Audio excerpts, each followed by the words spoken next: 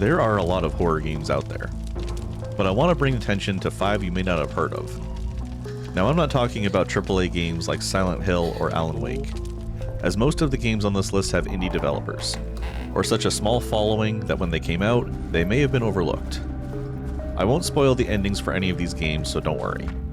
Now sit back, relax, and let's watch 5 horror games that you've never heard of. Episode 2.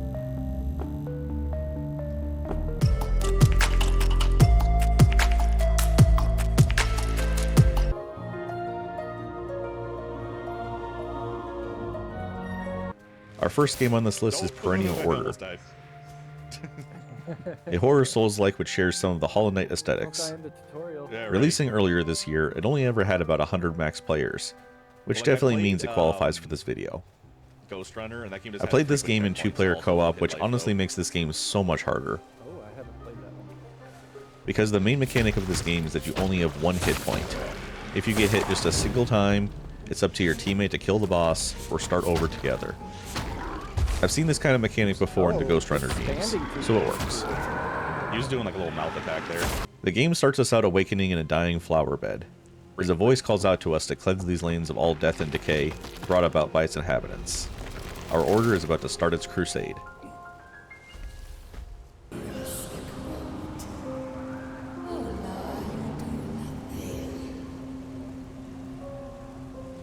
Most of the characters in this game are plants or insects, with a top-down camera system similar to ARPGs. Don't expect a lot of jump scares, but the game is definitely creepy though. I mean, look at this first boss I want to cover. I stumbled in here with a larger group, they're all gone now. Whatever you do, stay out of the light. We just need to get here fast as we can. Oh! Okay. See ya. Rip that guy. Oh. I'm confused. That was weird.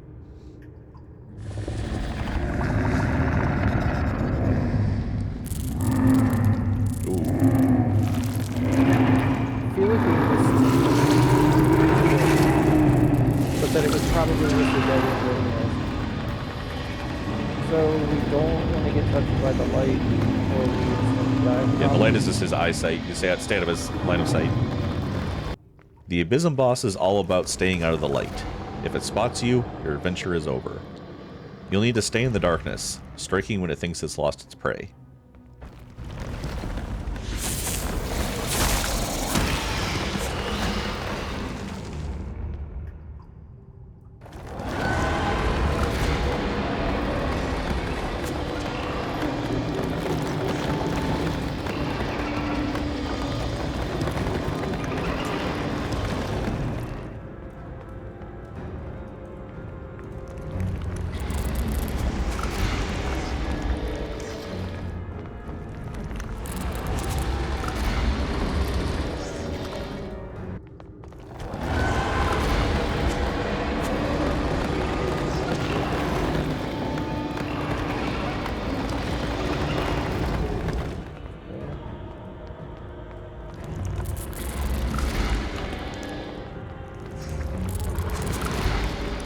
Faster.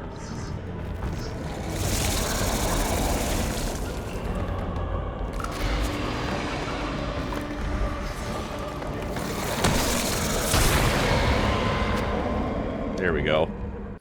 There is a nice central town area where you can upgrade your weapons and do side quests for more skills.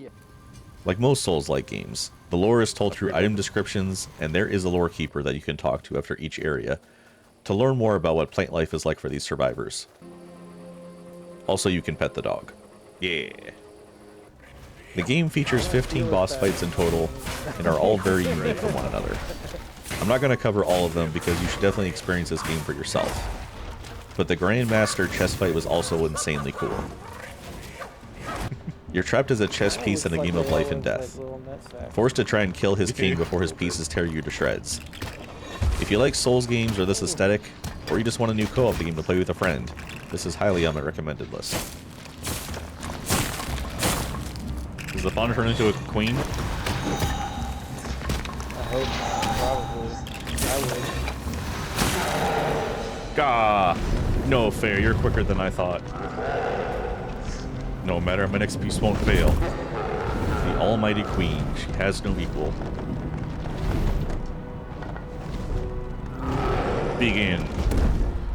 Alright, now his king's a little fortified here.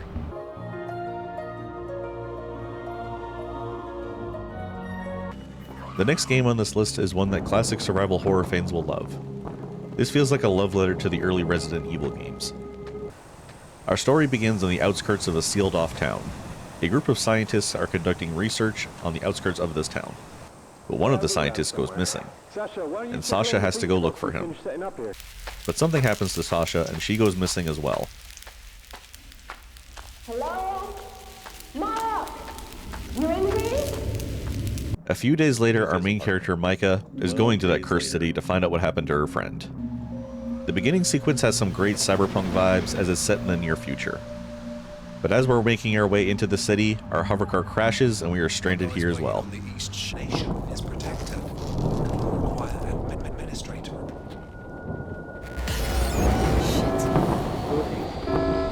Yo.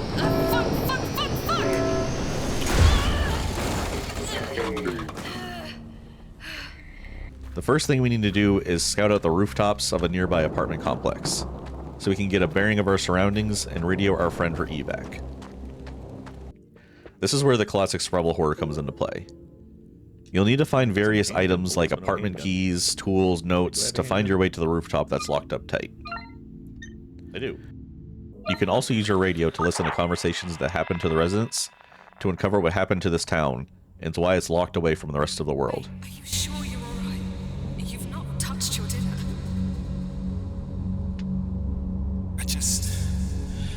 I'm not hungry. Did you guys eat after work? Or... I'm not hungry. Oh, come on, you didn't take your lunch with you today. You have to eat something. Get out. But not all residents are dead. Some are altered. You will need to use your guns or melee weapons to deal with them. They're not quite zombies, but something much worse.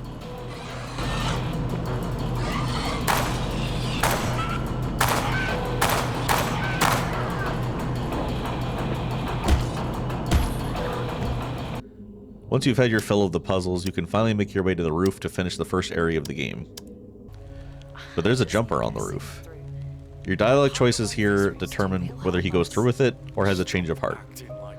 But this is also the first step in choosing which ending you're going to achieve, as this game has multiple endings, based on the choices you make in the city. This game does feature quite a few unique weapons as well as many different locations, such as a sewer level, church, and a subway. Can you survive the city and uncover the mystery of what happened to its residents, as well as finding your missing friend Sasha? Or is that me?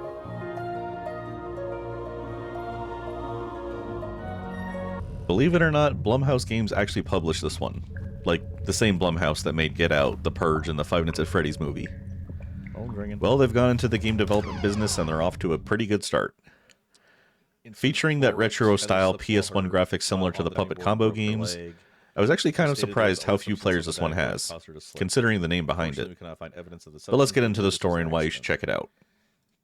Our story begins following two girls in their high school after hours. Amy and Vivian are on their way to the library after everyone's gone home in search of causing a little mischief. They want to locate a Ouija board and find out what happened to their school so many years ago.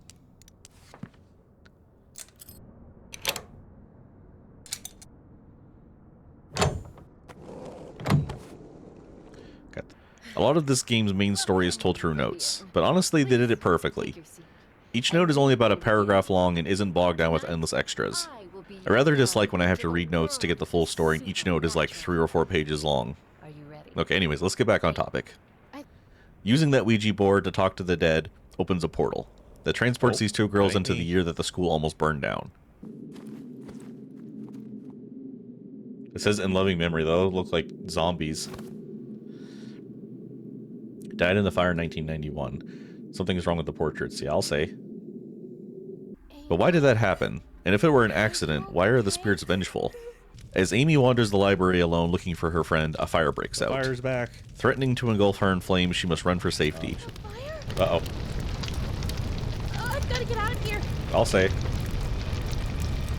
It's spreading. Is that one exit open? Nope.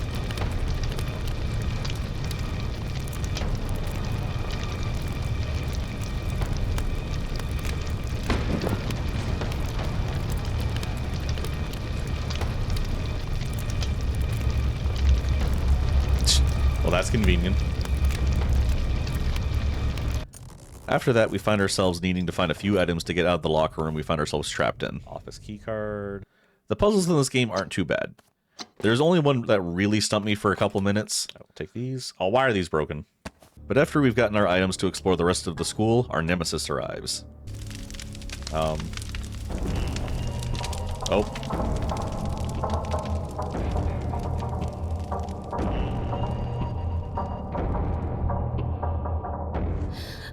True to the game's name, you need to avoid the spotlight. This character will now be following you around the school, trying to place its gaze upon you. Thankfully, it isn't too hard to shake this guy. Okay. As you make your way through the school looking for your friend Vivian, you'll encounter plenty of puzzles that will require keys and items to progress, as well as more notes to uncover what the spotlight demon is and what caused that fire in the school so many years ago. This game is actually pretty short, only about 2 to 3 hours depending on how long you get stuck on puzzles. But it also has a unique New Game Plus mode where you can play as Vivian instead of Amy. It's worth checking out. That.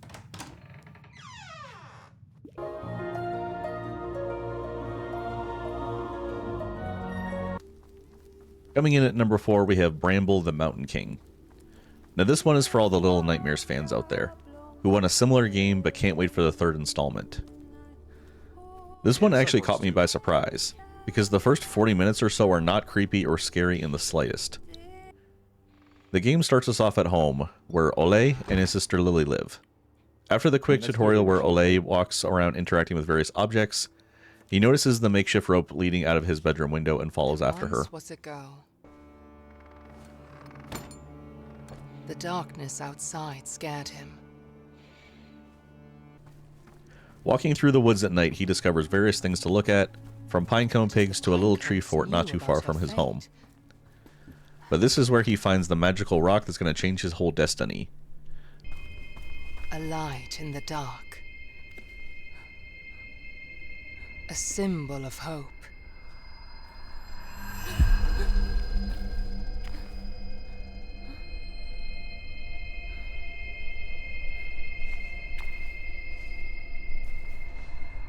A spark of courage.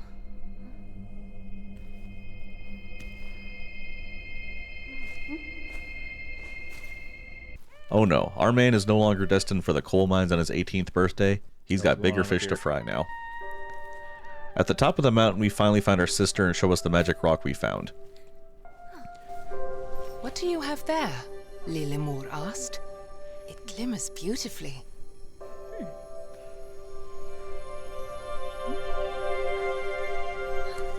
And after some good old horsing around, we fall off the cliff and end up in another realm.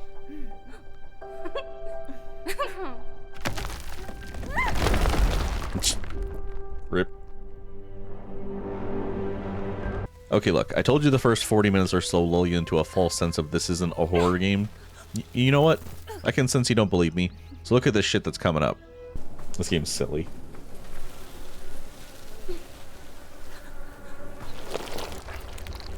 Okay. Oh, there's something in the maggots. Come on, jump. We are not getting pulled under today. I already know how this works. Okay, back to the story. Giant mushrooms and fruit give us the idea that we are very small in this universe. And upon exploring further a little bit, we arrive at a gnome village and play a few mini games with the gnomes before we can start getting on our way. In their houses at night. Anyways, let's skip forward a little bit where Lily gets captured by some trolls, and our hero's journey begins. Uh-oh.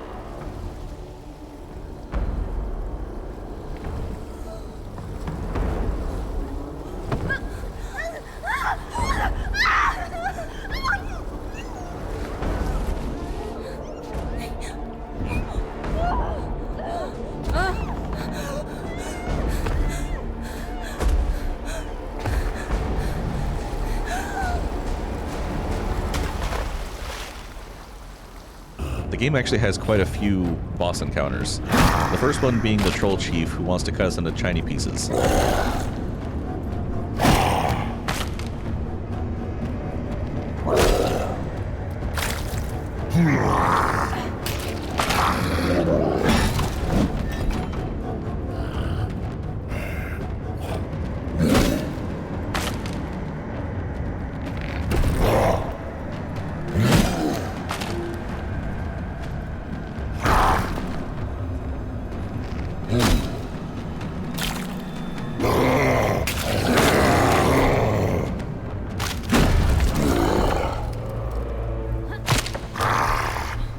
But he isn't the only troll in this camp. We'll have to carefully navigate our way through each area, or be captured and killed immediately. Okay. Wow. Rude. But making our way through the troll camp is just the beginning.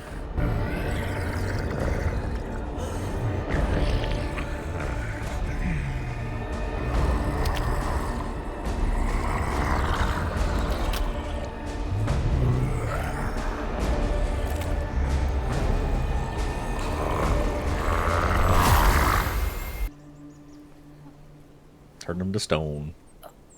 Got him. We'll have to make our way through sirens, zombies,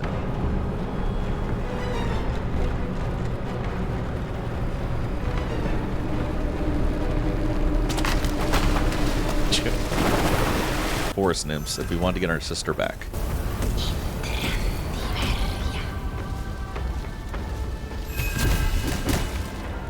This one is a must play if you're into this style of game. Resident Evil 5 to a degree. Oh. That's not creepy.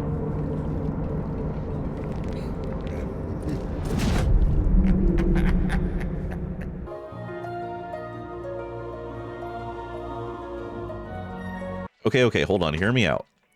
I think at this point most people have heard of Mouthwashing, maybe even watched their favorite streamer do their playthrough of it. But Mouthwashing is right on the cusp of not a lot of people have played it, with just over 1K concurrent players. You gotta make a speech. And if you haven't heard of it, or just want a little recap, then this section's for you. Go on. Our final story of this video begins on the Pony Express spaceship. About halfway through their one-year journey to deliver cargo to a faraway planet. The title, 0 days before the crash, shows up on screen. 0 days before the crash. An orbital body has been detected, 21 AU ahead of the vessel. Please make a manual correction, 1.4 degrees leftwards to avoid impact with unknown mass. The autopilot is telling us that there's an obstruction coming up on us and we need to veer out of the way to avoid the crash. But our character wants the crash to happen for currently unknown reasons. Orbital body, 1.9 away. Engaging autopilot to recorrect vessel. Advise crew to take up emergency positions. 4,000 credit stock from crew pay package for failure of navigational staff. We disengage the autopilot and override the safety procedures. The crash will happen. Crash imminent. The game then cuts to 2 months after the crash, with all 5 of the crew members surviving, although some are better off than others. Nope. The game will constantly swap between before and after the crash incident, causing us to piece together the overall story one piece at a time. It just hurts him so The much. captain of the ship is Curly. Yeah, He's badly burned and missing a limb as well as his eyelids. The crash seems to have hit him the hardest. His mouth is closed. We give him his pain meds to stop him from screaming in agony. We then open up the cargo hold, something only the captain could previously do, as the game cuts us back to 7 days before the crash. Bong.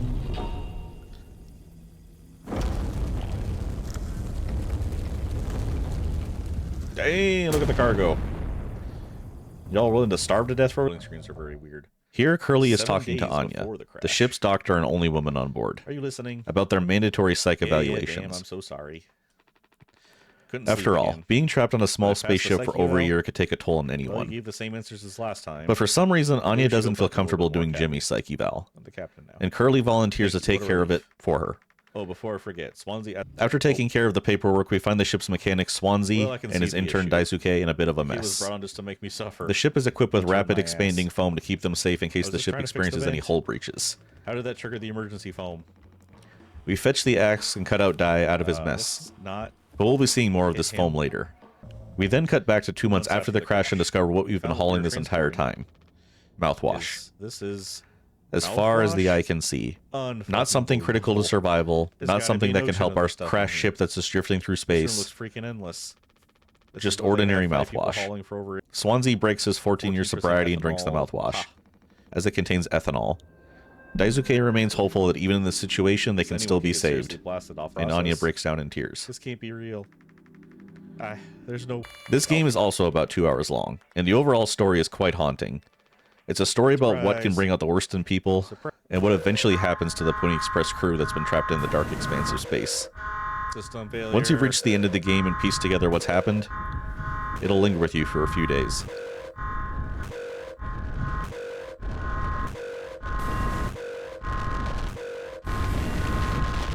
Crash imminent.